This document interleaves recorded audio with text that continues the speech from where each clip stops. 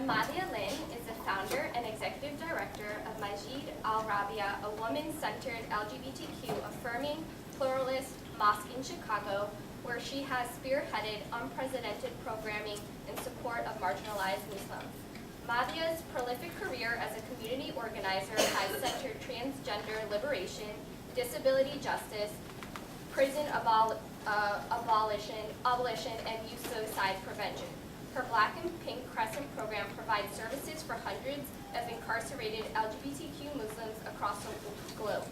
Madhia lives in Chicago, where she is a senior caregiver and works as a freelance writer, speaker, and educator.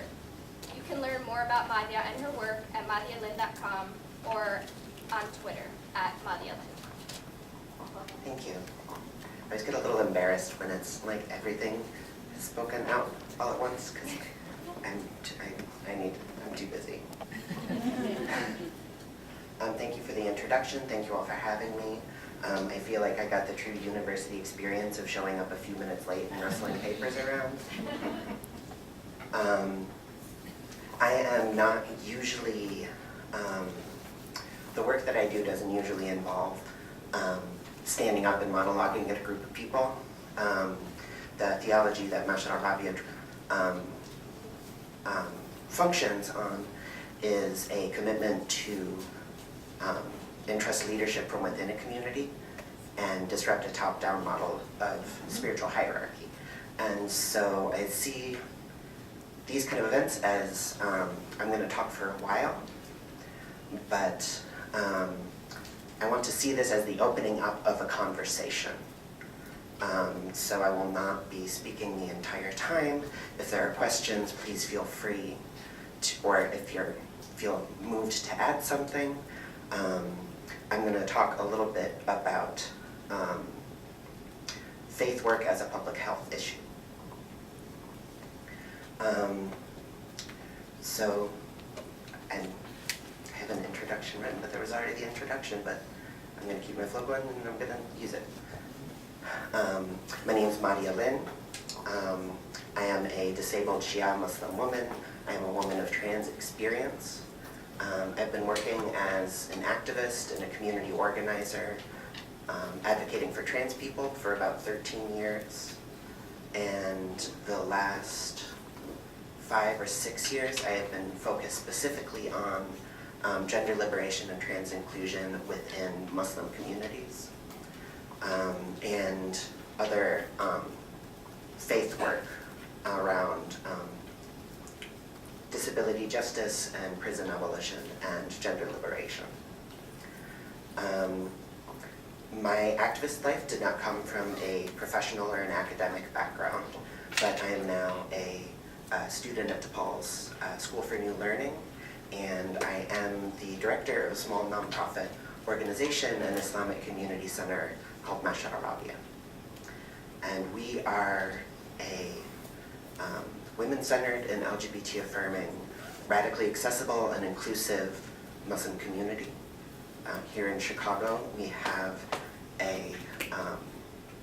our own location in the Loop, which we opened in August to become the first women-centered mosque or Islamic community center in the Americas to open our own location. But it had been the culmination of years of work with other queer and trans and feminist Muslim organizers and academics and leaders here in Chicago and across the world. And most of my work involves talking to people of faith and making our faith spaces safer and more inclusive of everyone. I'm not going to give that lecture today. But I want to talk about how this work works and why this work matters. So we'll start with a case study. In Abrahamic tradition, there is a reading of a certain set of passages in religious texts that many have been led to believe leads to one singular conclusion. this one predicate, this one assumption that is unquestioned, usually, mostly unquestioned, is responsible for centuries of violence and persecution, unemployment and homelessness, addiction and suicide, and centuries of oppression and repression of a group of people. And it's all predicated on the one interpretation of a story, which is to say that the story of the people of Lot and the people of Sodom is a story of condemnation of gender and sexual diversity.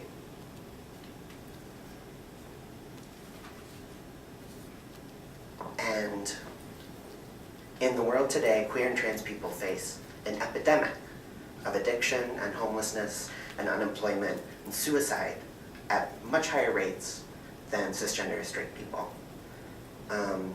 And when it comes to queer and trans people of faith, those statistics are even worse. It's a problem that needs addressing. It is a crisis and an epidemic that needs to be addressed. This is a public health issue.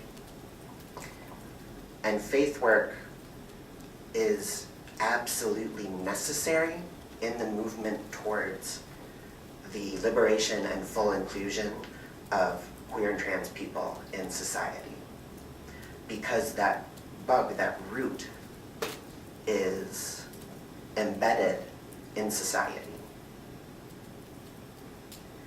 And to talk a little bit more about this idea that faith work is necessary for this work, and that faith work is necessary whether or not you are a person of faith or adhere to a particular religion or a particular set of beliefs, but on a societal level, why faith work needs to be centered in our movement towards liberation for queer and trans people.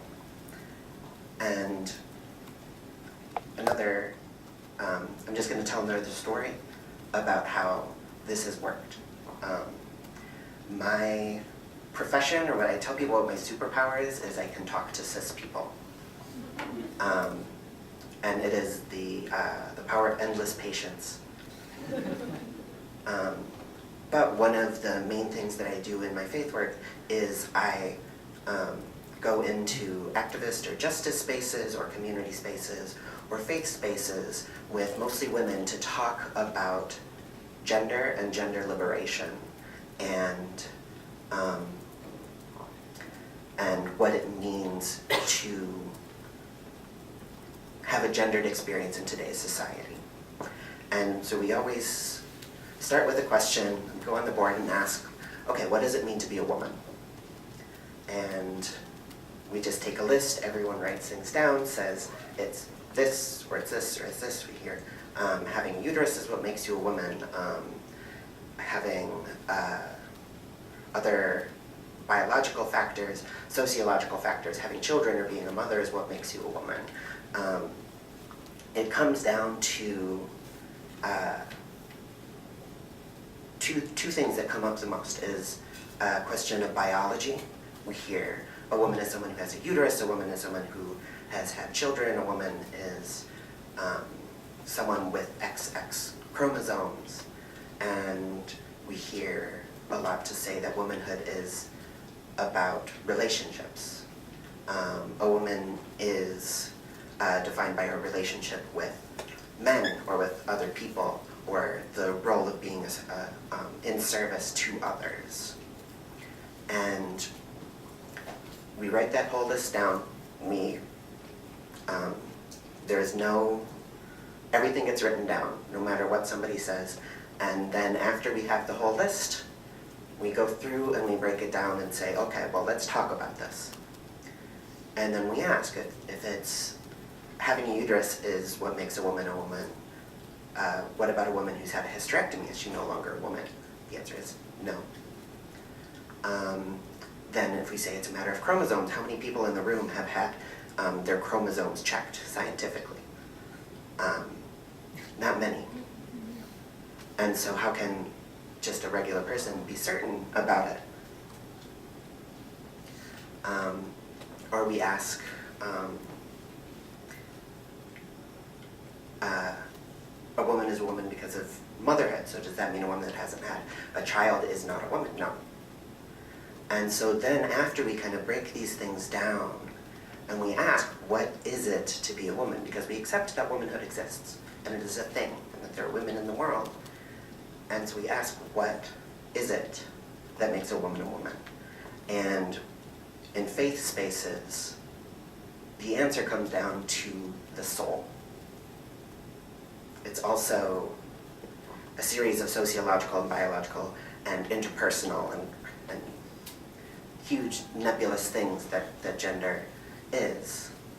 But also, it really comes down to one's relationship with this part of themselves and that relationship to the divine. And this is important because, and this is our entry point towards gender liberation, not because the soul is real, and not because souls are gendered, but it matters because it matters to these people. Because it is a way that people understand the fundamental rules of the world. It's how they understand what's important. It's how they understand how to be a human being. It's the ultimate question of living life as a person of faith, is how do you live as a human being? And so faith work doesn't matter because one faith is correct or there's a factual truth about a certain faith or a certain perspective. It's important because it's important to people. It is a fundamental way that we understand ourselves and each other. It's an entry point to understanding how people see themselves in the world, and therefore it's an entry point to understand this epidemic, because the epidemic has its roots in faith tradition, and empire, and colonialism, and misogyny, and yes, a million other things, but that the kernel that it comes from is that one assumption that the people of Sodom were gay, and that was why the city was destroyed. The oppression, repression, and persecution of queer and trans people is intricately bound in faith tradition. And therefore the liberation of queer and trans people must be answered within the realm of faith work.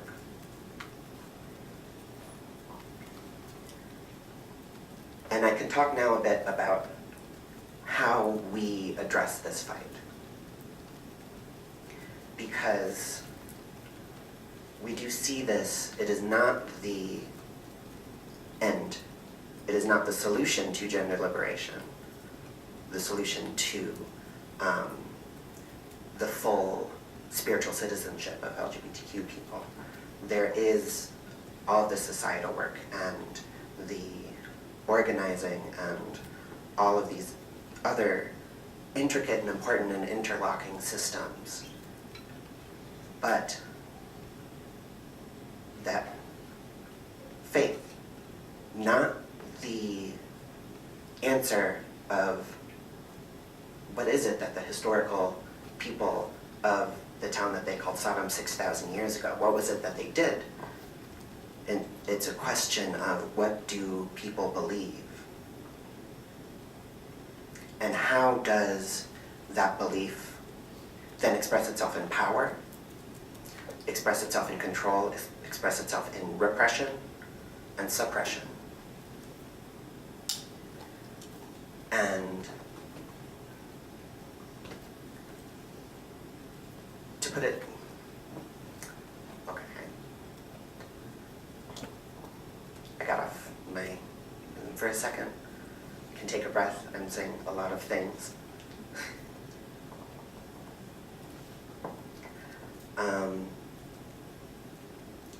So I can talk about how Masjid al-Rabia does this work, because this is the perspective that we come to.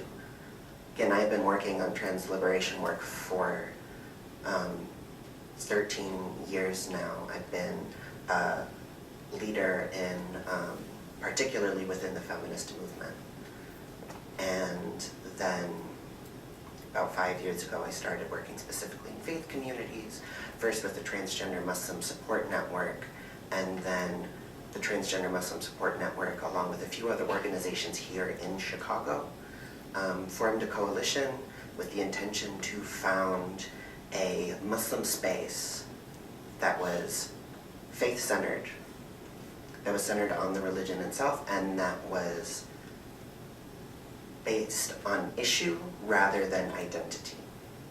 To be an issue-based rather than identity-based space, meaning that we are an Islamic community center that is women-centered.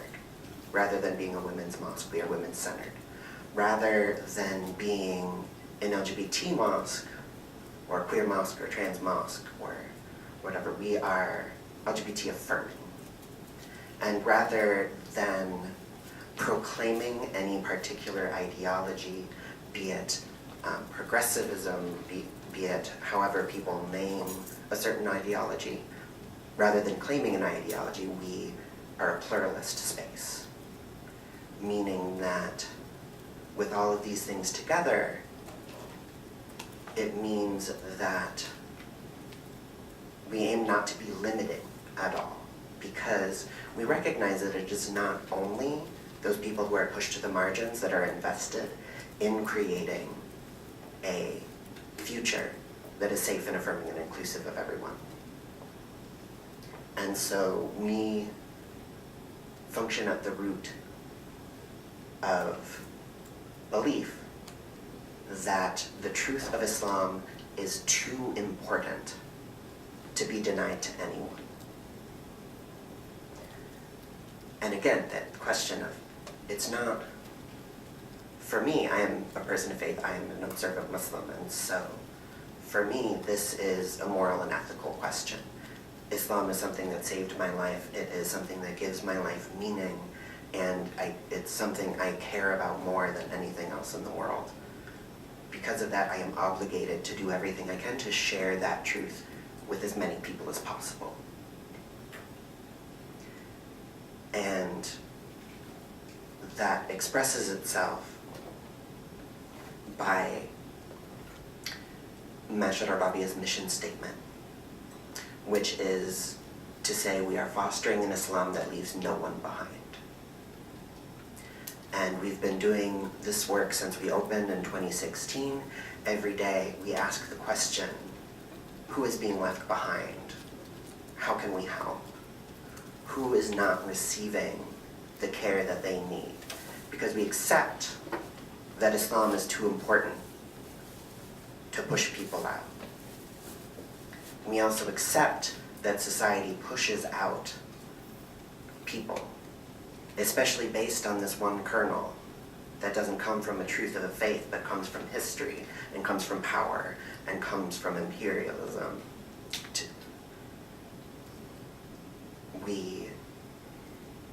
We accept that part of the world. We accept that that is a truth for now. And we agree to do whatever we can to amend that and to help as many people as we can. And to put it this way, for our liberation, and I think this is true for all justice movements, for anyone who's trying to do good in the world, is that you have to be an idealist and an incrementalist at the same time. You have to confront the systems that is power, colonialism, capitalism, patriarchy, homophobia, transphobia, misogyny. All of these systemic illnesses in our society. And when we have to confront the systems at the same time, we need to address the symptoms. Because the fact of the matter is right now, no matter how we envision that perfect future, that better future, or we envision a world that is more just. We have to accept the world as it is right now and the symptoms that come from those societal illnesses of oppression and repression. We have to accept that those systems changes will not happen overnight, and so it's necessary for us to uplift, protect, and advocate for LGBTQ people by creating our own safer spaces, while at the same time we do that systems work of the hard, day-to-day slog of slowly making the world safer and more caring for everyone. The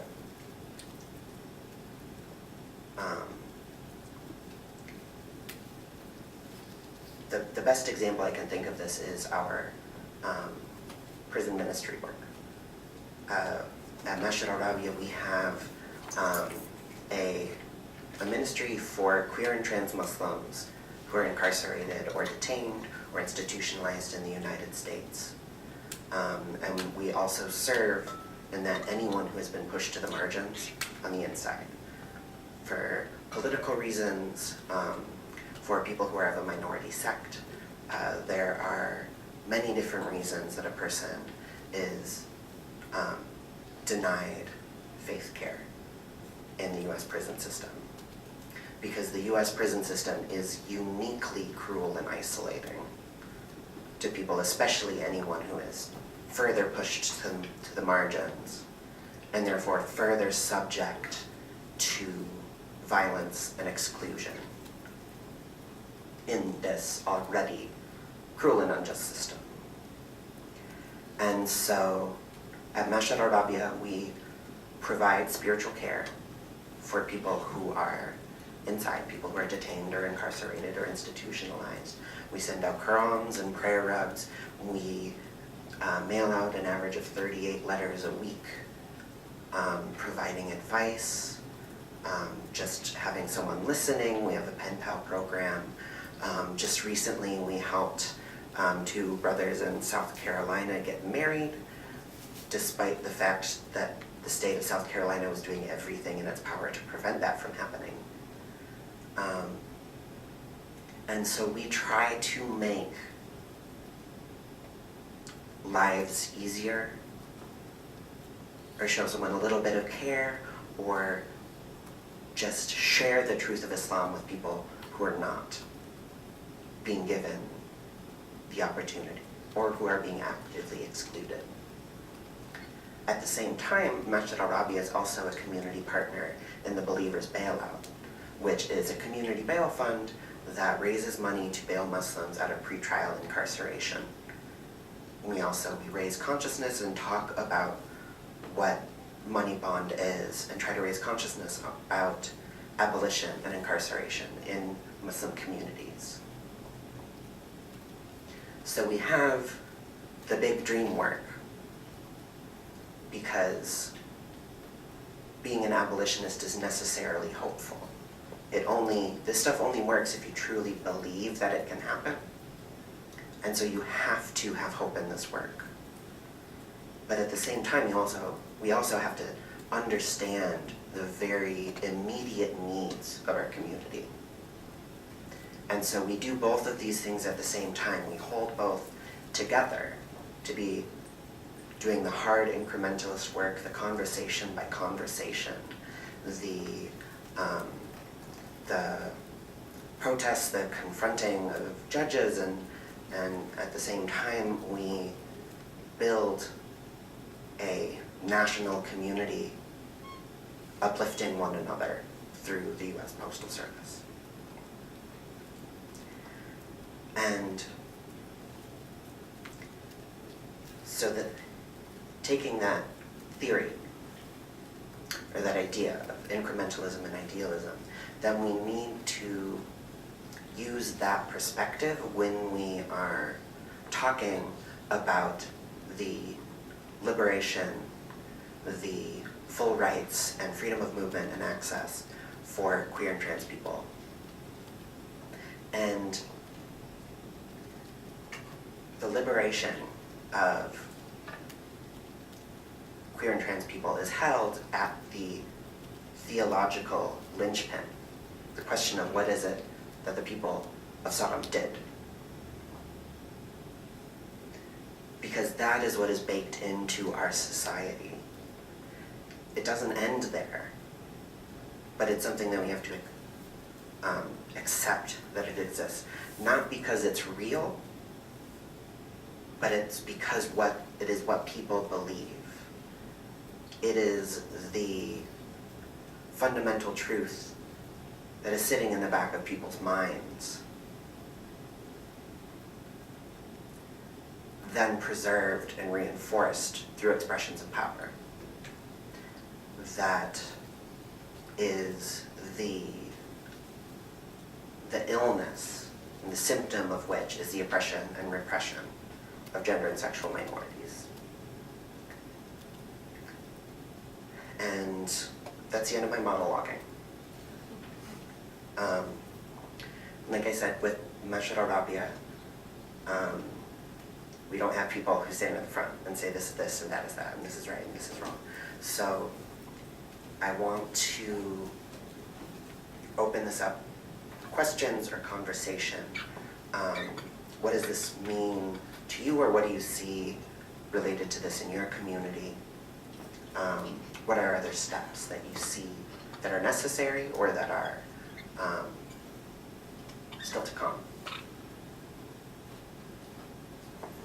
I'm going to take a drink of water. I'd like to start by thanking you for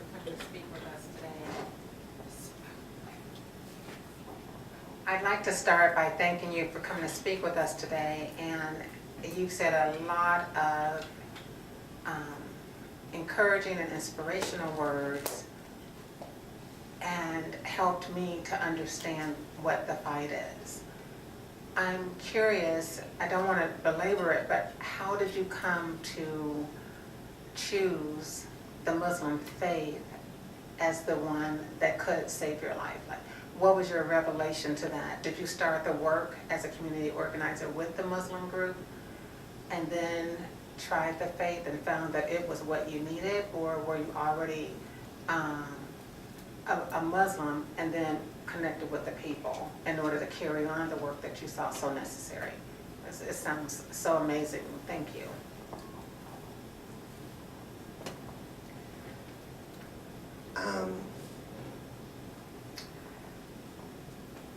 I think part of, or the way that I can answer this is, in one of the things that I mention in my biography that isn't addressed very often, or people don't quite catch, is when I say that I am a Shia Muslim woman. I don't know what it meant. It's a particular sect of the faith that is born out of an early schism in the tradition. But something that comes from that tradition that speaks to me is the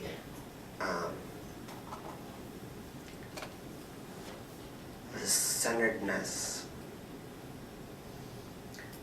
So there's always kind of like a duality that sits in a faith, right? Of the question of what is good or bad, right or wrong.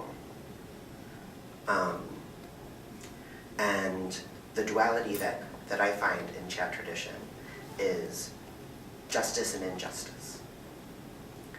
And Islam came to me as the way religion speaks to many people, just in that it is a fundamental way of understanding the world and a way to answer the question, what does it mean to be a person? What does it mean to be a good person? And the text of the Quran, I do believe is a miracle and an expression of the truth of Allah as relayed by the Prophet Muhammad. I do believe that Imam Ali was his successor and Hassan Hussein after him, that I understand the world through my faith and the history of my tradition. And the question of like why Islam or why this is just because it couldn't be anything else. This is, to me, it is how the world works. And it's the way by which I can understand myself and understand what the movement towards justice means as a human being in the world today.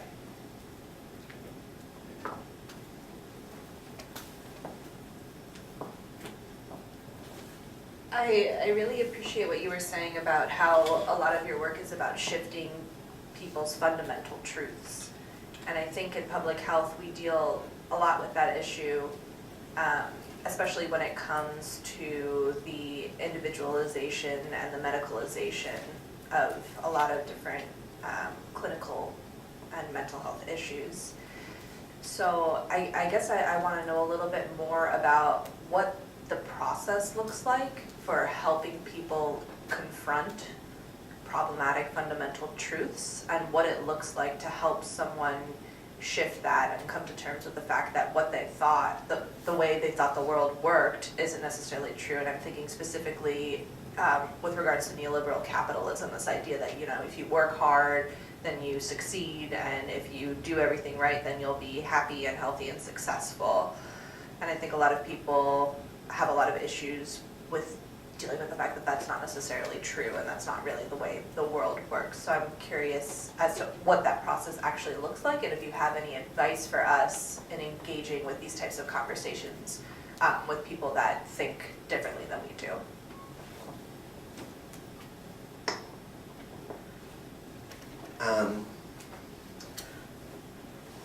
As an educator in these spaces, and as a person that's just working towards this inclusion work for trans people, or for LGBTQIA plus Quebec people, because that acronym's way better, by the way.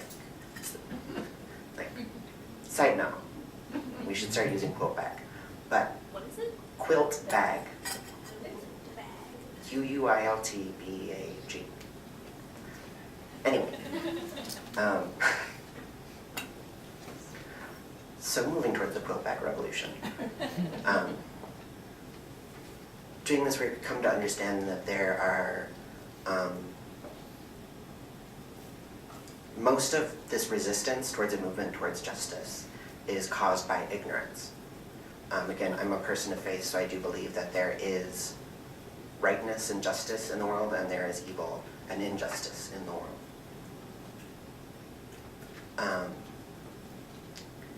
And this ignorance comes from two ways, and it instructs how you can relate with these people or with the world in working towards something better. There are the people who are passively ignorant and people who are willfully ignorant. The passively ignorant are people that you can reach. They're people that you can talk to and say, here's something, let's talk about it. They're open to ask the question of what is this, or what is right, or are just open to having the conversation. And then the willfully ignorant, in faith work, it comes to they make the statement, the passively ignorant are willing to listen to you, to what you have to say. The willfully ignorant say, prove to me that what I believe is wrong. And you will never win that argument. You will never win that conversation. Because fundamentally, that's not how belief works. It is not a discussion in good faith. And so I think an important step is understanding that there are people in the world that you will not reach. There are people that you will never touch or move towards the right direction. There are people who mean you harm and will not see the consequences of their deeds until they reach the hereafter. And again, I'm a person of faith, so I can trust that that people will see reward for their actions. whether it's in this life or the hereafter, is up to Allah. And so accepting that there are people that will not learn because they are unwilling to learn. And then when it comes to people who are passively ignorant, the most important step is meeting people where they are. When I talk about gender liberation in faith spaces, we ask those questions of what does it mean to be a woman, and then when we get past that and we talk about how gender is related to the soul, and then we ask about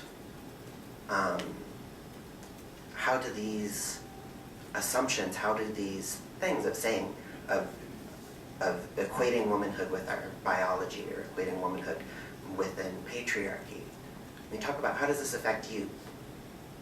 And we just open up the floor to conversation for what is almost always a majority of cis women talking about how this injustice, how this system, how these incorrect societal assumptions affect them. And give people a chance to talk about it, to talk about the way that they've been affected by it, because every woman in this world is affected by patriarchy and misogyny.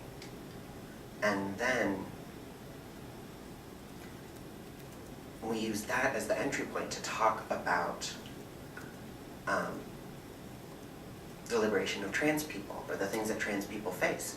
Because all it is that the things that trans people face is just, it's the same thing that cisgender people face, just on a completely different level. But it's the same things. It's equating womanhood with biology. It's equating gender with bodies, or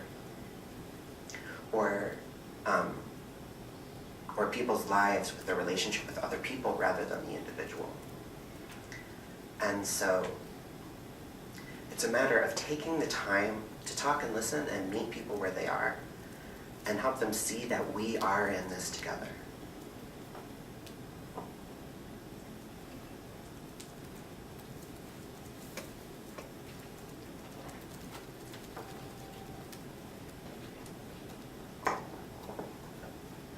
So I know you said you started in 2016, and our last speaker talked like with gun violence research coming up against like government hurdles as far as like funding and things like that, and kind of these different systems of structural violence. And I was just curious if your organization, particularly under the current administration, has seen some of those sort of like blockades in trying to give aid, and how maybe you've come up with the creative like workarounds of like, how do I get around this structural violence to still serve like your community, and like you were talking about like helping, you know, the two brothers get married and things like that. So just if you had any like creative solutions, because I think in public health we'll come up against a lot of similar hurdles maybe. I think it's important to acknowledge how you're coming to the work and think about how that affects how you do the work. For Masjid al-Rabia specifically, those of us who acted as founders or who were leaders that then contributed to the founding of Masjid al-Rabia, we were all coming from grassroots movements, and there wasn't a lot of, we didn't have any academic or professional ties, and especially doing trans liberation work for 13 years, most of that time has just been survival work about a community coming together to support one another when the world hasn't. And so in a lot of ways, in this new administration, nothing has really changed. Again, like the level of violence or the level of just sheer cruelty might be turned up a little bit, but the same problems have always been there. And so it's really just a question of showing up and doing the work every day. And again, the question of meeting people where they are.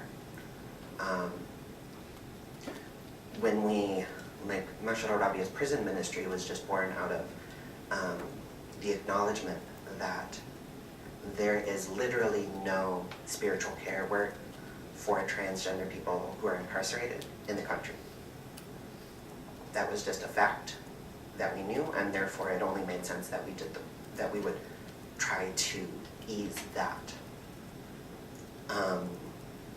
And then 3 years of trial and error and messing up and then doing better and researching every state and everything else. We now have, Masjid al-Rabia has a presence in 200 prisons across the United States. Some states are kinder to our work than others. There's a couple prisons that just refuse our work.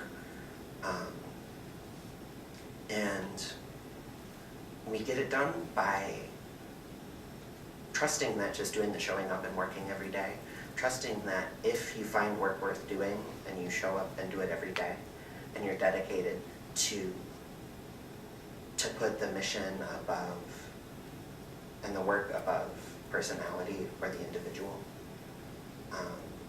And again, to meet people where they are.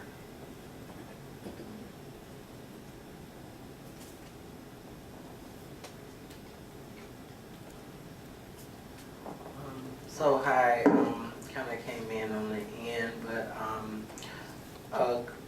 well, I would probably say that, well, for me being a black gay queer man, I mean, from my community, I see it as a different, a more severe issue in terms of many of the black trans women and women of color being killed, and yeah, just like a few days ago, another black trans girl was shot to death near DC, and I had just got back from an AIDS conference.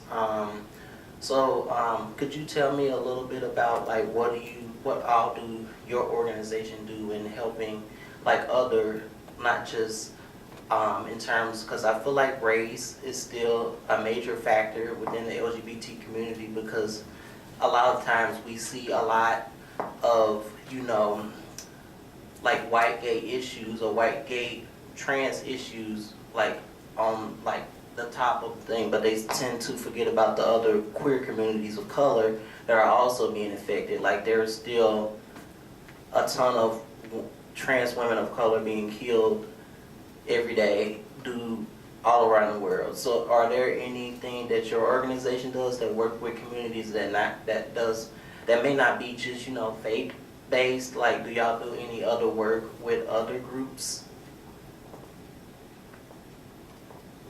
Yeah, and thank you for naming that. We do a lot of coalition work in the city. Again, we are an Islamic community center, so our entry point to the work is necessarily faith-based, but it's also a matter of, like I said, accepting the world as it is and seeing the world as it is, and that means centering that truth, because that is the truth of what work for trans people needs to look like in the world today. And so we see that as the center of how we approach the advocacy for and fighting for trans people. And yeah, again, we use faith as an entry point, but we also use that as a means to build other coalitions. We try to present ourselves as a space for healing, a space for people to come to that is safe. We do the work when people come to us, we do what we can to make them safe or help them be safe. And so yeah, for us it necessarily comes from faith work, but that truth is the center of it, or that reality that we're in is the center of it. And so we try to use faith as an entry point to address the injustice, but most importantly, create space for safety, for healing, for grieving, and seeing faith work as a site of healing.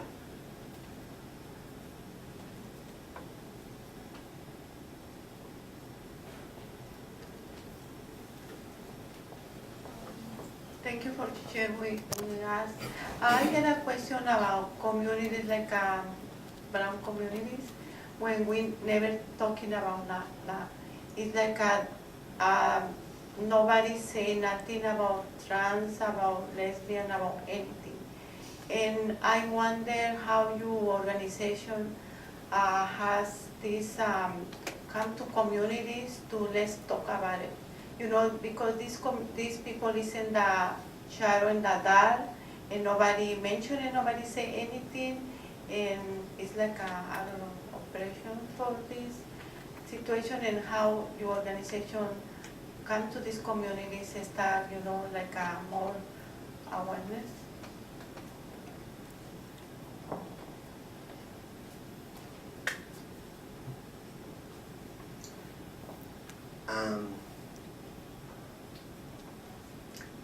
Again, being an Islamic community center, again, our work is necessarily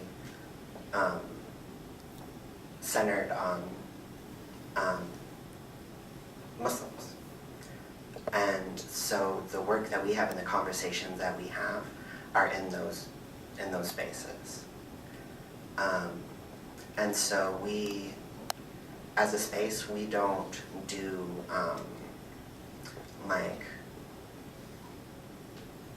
we don't reach out to proselytize unless we're invited.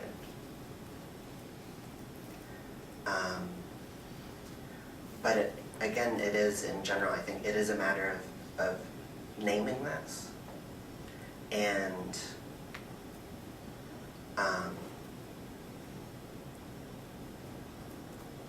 finding a way to get cisgender people and straight people in our communities to talk about it and name it, because it cannot only be cisgender people and straight people who are in this movement towards liberation. It needs to be everyone. And so it often comes down to the one-to-one work of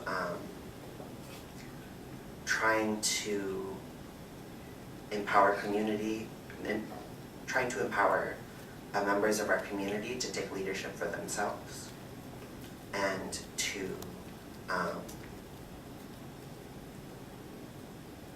try to empower people as much as we can to do that work and to feel supported when doing that work.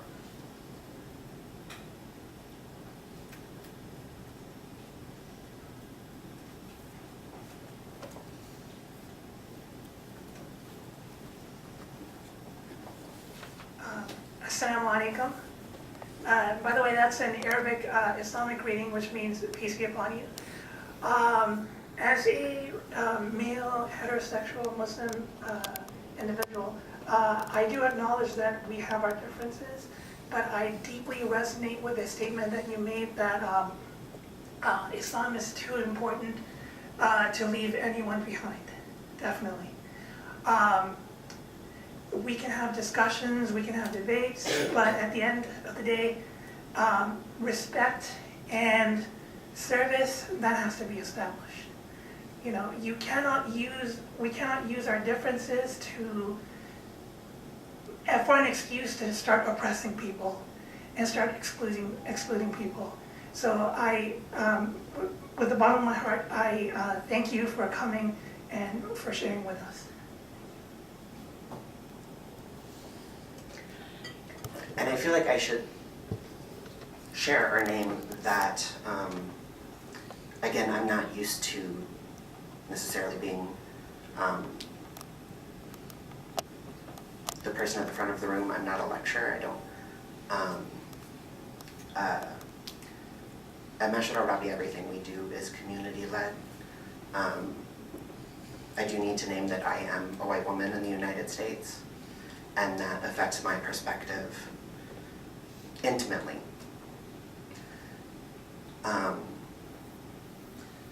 But I do not intend to act as a spiritual leader, as a representative of any movement. Again, it's a matter of decentering the individual and trying to uplift community leadership. Because this is not work of individuals, and it needs to be led by the community. The way that I phrase it in my work with Masjid al-Rabia is, I might be, as a director, I might be driving the bus, but it is everyone else who decides where we go. I see myself as a facilitator rather than a claiming any kind of spiritual authority. So I do want to name that. I should have named it earlier. Thank you. You may not be a lecturer, but you've really left us with some really important things to think about. And one of the things that jumps out to me is you reference that we have systems that naturally leave people behind, and that the work is important to both create spaces for those people who are left behind while simultaneously working to reform systems to be more inclusive. So that was really clear and really helpful. But I'm drawn to your reference to your superpower, and I wanted to hear if you could talk more about what kind of superpowers do we need to do this work? I don't think it takes superpowers. Really, I think it's done by just showing up and doing the work every day. Of asking the question of what can I do to make the world better, what can I do to support my community, and showing up and making a commitment to put the work before yourself.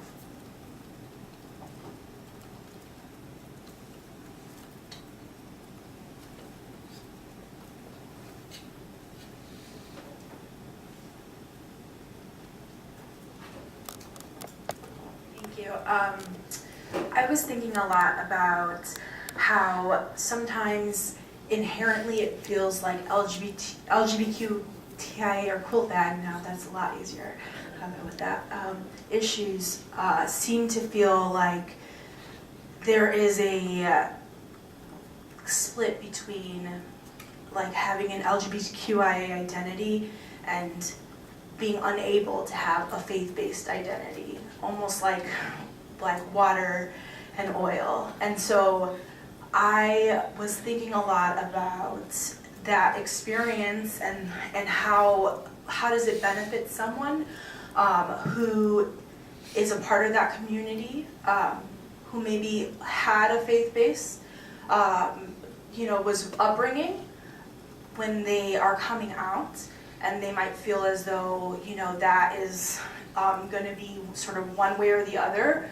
Either you affirm that identity or you don't. And so you talked a lot about having an inclusive space that's affirming, and how it's important because it allows everyone access to the benefits that you get personally from faith.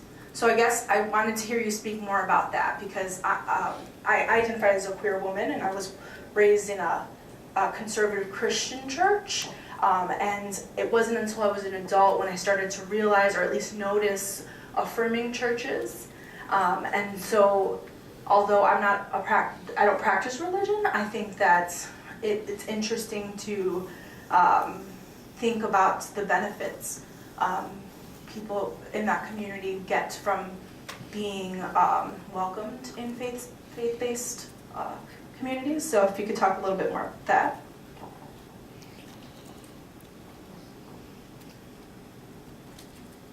As an Islamic community center, probably one of the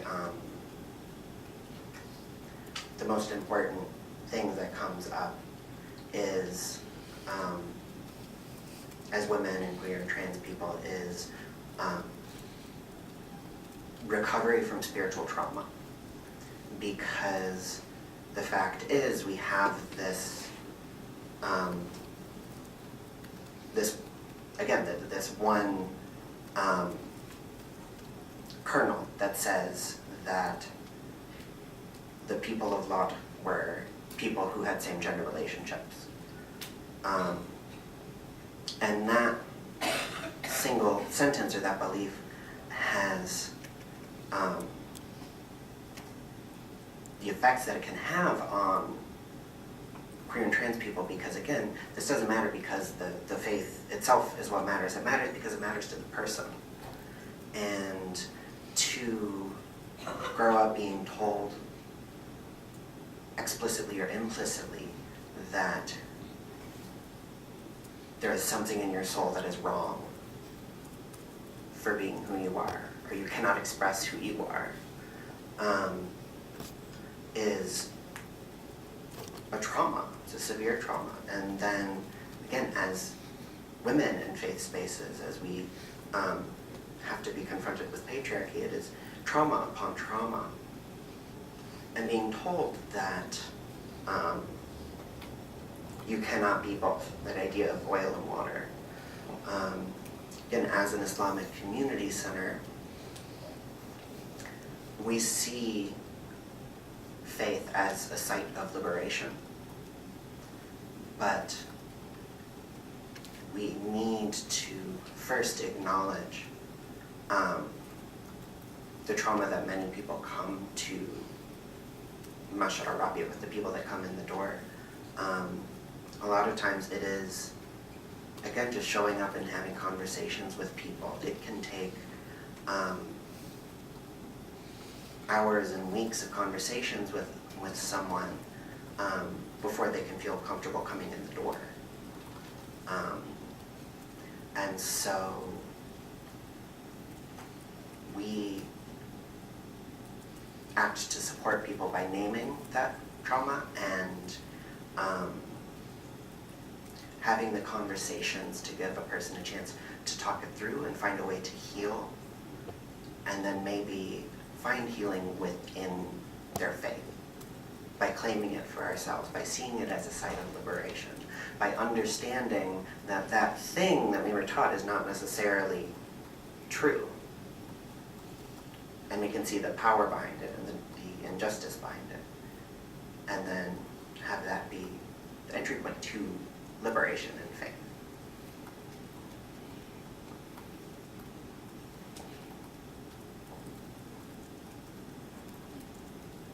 I have no idea what time it is. A few more minutes. Oh. Final questions? You're very good at answering questions.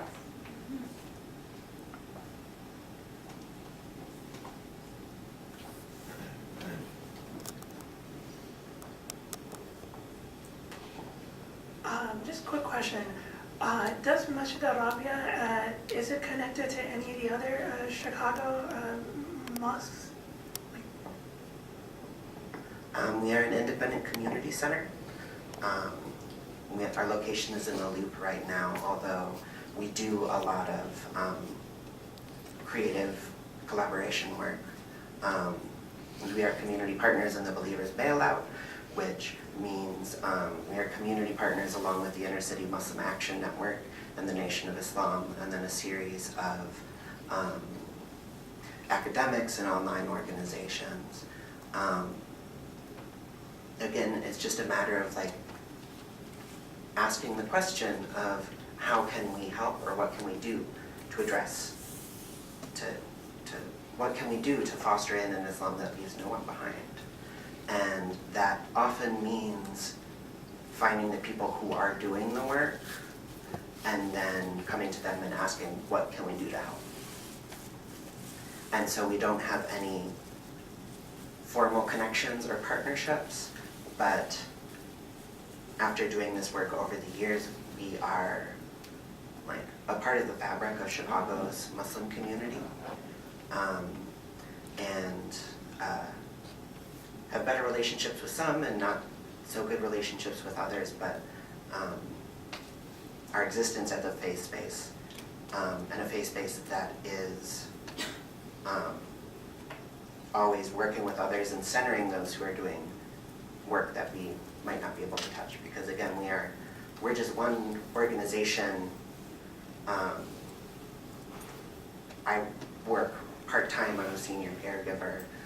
We have a team of 4 interns and coordinators, and then a team of online supporters, but we are a very small organization.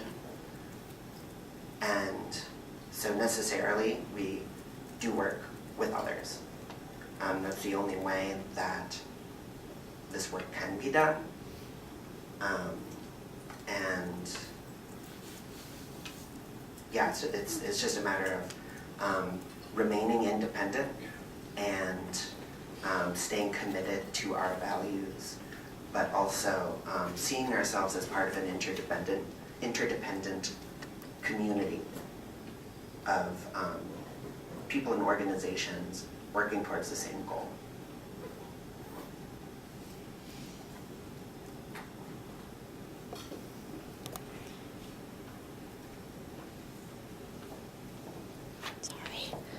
So if students or like anyone else here wants to get involved, how would they do that? And then like what sort of involvement could they do?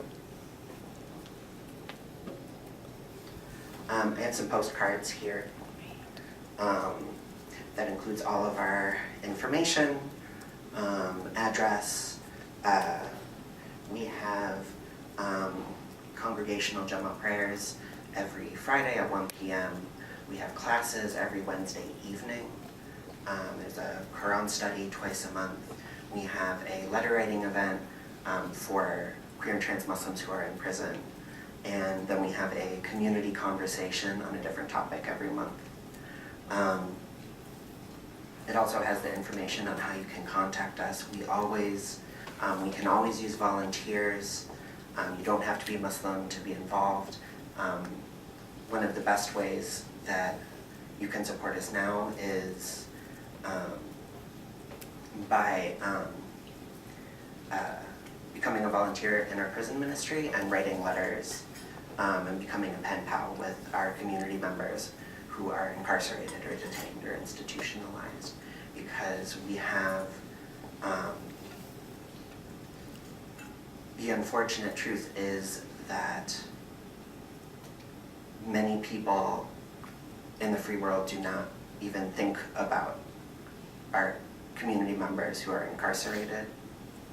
And there's a great need for support and care and uplifting our community members inside. And so we are always welcoming folks to help us make sure that every person who is in our community can feel seen and heard and know that there are people here on the other side of it who